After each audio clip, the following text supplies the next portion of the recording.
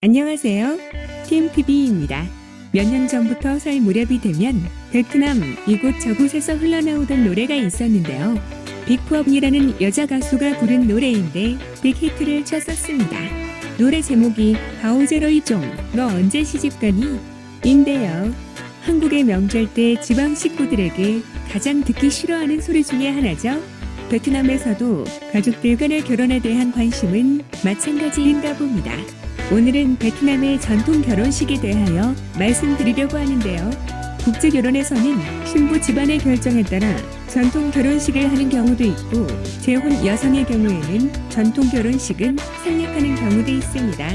물론 최근에는 한국에서와 같은 결혼식을 많이 올리기도 하는데요. 오늘은 베트남의 일반적인 전통 결혼식을 소개하도록 하겠습니다. 흔히 베트남을 말할 때 허례허식이 대단하다고 하는데요. 이는 결혼식에서도 나타납니다. 보통 결혼식을 2에서 3번에 나눠서 거하게 진행하는데요. 한국으로 생각하면 결혼식이라기보다는 피로연이라고 하는 것이 맞을 것 같습니다. 다모이, 한국의 함잡이 문화 같은 것이 보통 베트남인들의 첫 번째 결혼식인데요. 다모이라고 부르는 일종의 청혼식과 같은 것입니다. 신랑이 신부 집에 찾아가 신부 부모님에게 딸을 저에게 주십시오라고 간청하는 것인데 요즘은 보통 결혼식 1에서 2주 전에 술과 음식으로 흥겨운 시간을 보내는 것으로 대신합니다.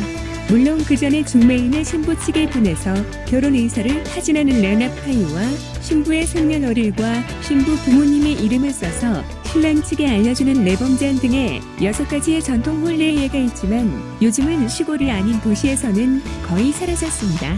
아마 베트남도 이제는 중매 결혼보다는 연애 결혼이 많아지고 있기 때문일 것입니다.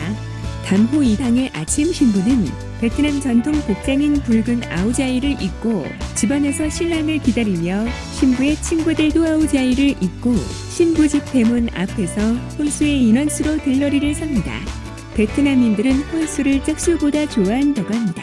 신랑의 친구들은 신부 들러리의 인원수대로 큰 쟁반에 금빛이나 붉은천으로 포장된 각종 선물을 쌓아서 들고 오는데요. 물론 거기에는 돈, 각종 장신구류, 보석 등 신부 측에서 원하는 것들이 들어있습니다. 물론 전통적 방식으로 차이과 케이크, 그리고 와인을 항상 함께 가지고 갑니다. 또한 손님들은 이날 술과 맛있는 음식, 그리고 흥겨운 놀이로 밤늦게까지 즐기게 되는 것이죠. 피로연. 결혼식 전날 신랑 집에서는 두 번째 피로연이 있습니다. 신랑의 고향 친지들을 모시고 또 한 번의 잔치가 열리는 것인데요. 요즘에는 신부 부모님도 함께 모신다고 합니다. 신랑 집 상석에 있는 제단의 조상님들께 결혼 승낙을 구하는 예를 친지들과 함께 올리는데요. 우리나라는 결혼식 날 주례에 혼인 서약이 있는데 베트남에서는 조상님들께 허락을 구하는 의례인 것이죠. 의례가 끝나면 드디어 피로연이 열리는데요. 요즘에는 음식과 술뿐만 아니라 초청 가수와 가라오케 기계는 당연하게 느껴집니다. 예전 부잣집은 일주일 동안 피로연을 했다고 하니 결혼은 베트남 사람들의 삶에 있어서 가장 중요한 일이었음 할 수 있습니다. 결혼식 담구이. 결혼식 당일에는 아침 일찍 신랑과 신부가 신부 집에서 신부 가족들과 아침을 먹는데요. 이 시간을 매우 귀하게 여기기 때문에 전통 방식으로 혼인하던 현대적 방식으로 결혼하던 간에 이것만은 꼭 지킨다고 합니다. 베트남에 관련된 유명한 유튜브 채널인 코이TV에서도 멤버였던 유미의 결혼식 날 새벽에 함께 식사를 하며 인사를 나누는 모습을 보여주었죠. 딸을 시집 보내는 신부 가족들과의 만찬 느낌인 것인데요. 보통 베트남에서 결혼식에 초대를 받는다면 바로 이날입니다. 청혼식과 조상께 예를 들어 허락을 받은 후 이제는 가족뿐만이 아닌 주변의 모든 지인에게 결혼을 축하받는 세 번째 피로연이 되는 것이죠. 예정된 시간보다 훨씬 지나서야 식이 시작되는데요. 기다리는 시간 동안 초청 가수와 전문 사회자가 하객들이 지루하지 않도록 즐거움을 줍니다. 식이 거행되면 신랑과 신부가 입장하고 뒤따라 신랑과 신부 부모님도 입장을 하는데요. 베트남은 우리와 달리 일반적으로 주례가 없습니다. 주례 대신 대개 신랑이나 신부의 아버님 중 한 분이 앞에 서고 간단히 결혼 반지를 부모님이 신랑과 신부에게 끼워주시는 것으로 결혼식은 끝납니다. 주말이나 일요일이 아닌 평일에도 가끔 결혼식이 열리는데요. 한국에 손 없는 날과 마찬가지로 신랑과 신부의 궁합에 가장 적합한 날을 봤기 때문입니다. 예식장에는 올해와 조금 다른 풍경들을 볼 수 있는데요.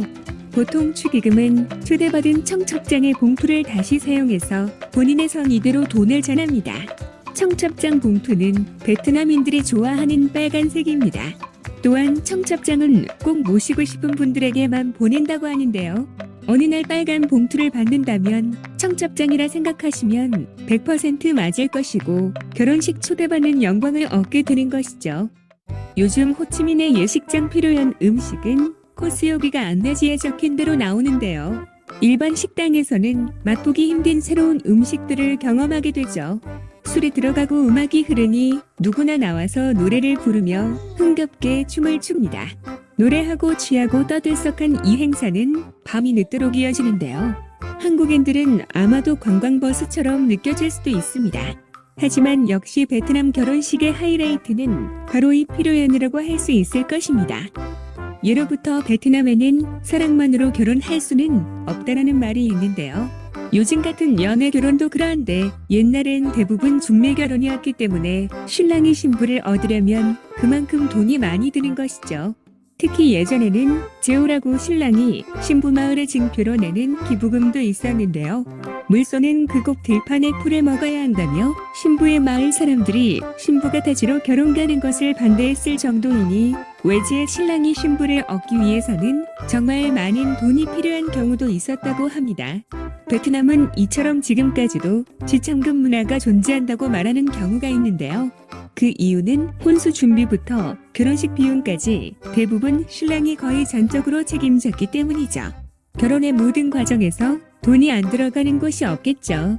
그렇지만 결혼식은 베트남인들에게 있어서 일생일대의 가장 중요한 행사이기 때문에 감수할 수밖에 없다고 생각을 합니다.